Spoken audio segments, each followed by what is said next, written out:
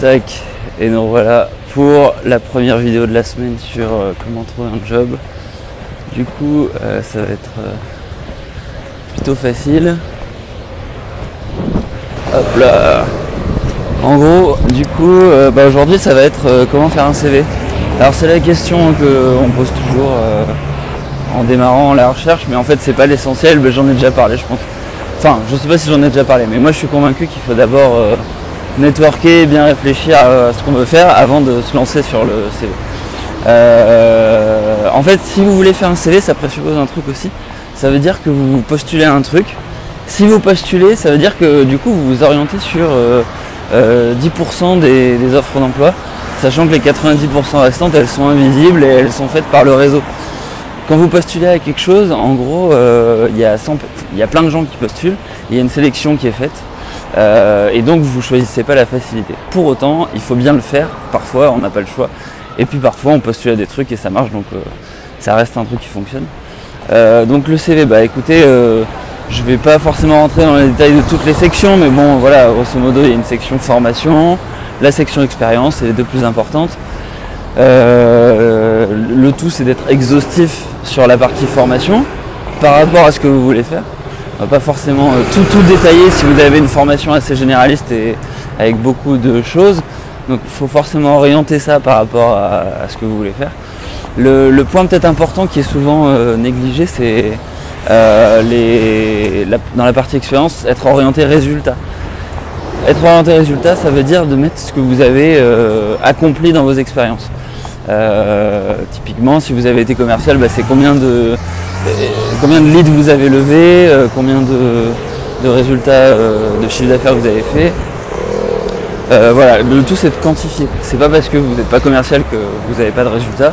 Ça peut être 3 reporting produits par semaine, 5 projets livrés sur 6 mois, bref. Il faut montrer que vous savez mesurer ce que vous faites.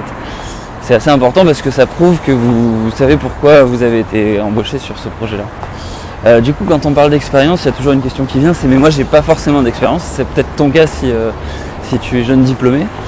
Alors en dehors des stages, du coup, moi ce que je conseille, c'est évidemment de parler potentiellement des projets d'association.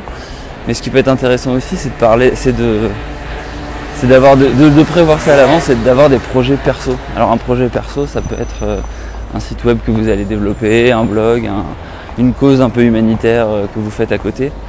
Voilà, ce qu'il faut c'est juste réfléchir, d'où l'intérêt de bien réfléchir à ce qu'on veut faire pour pouvoir commencer des petits projets perso.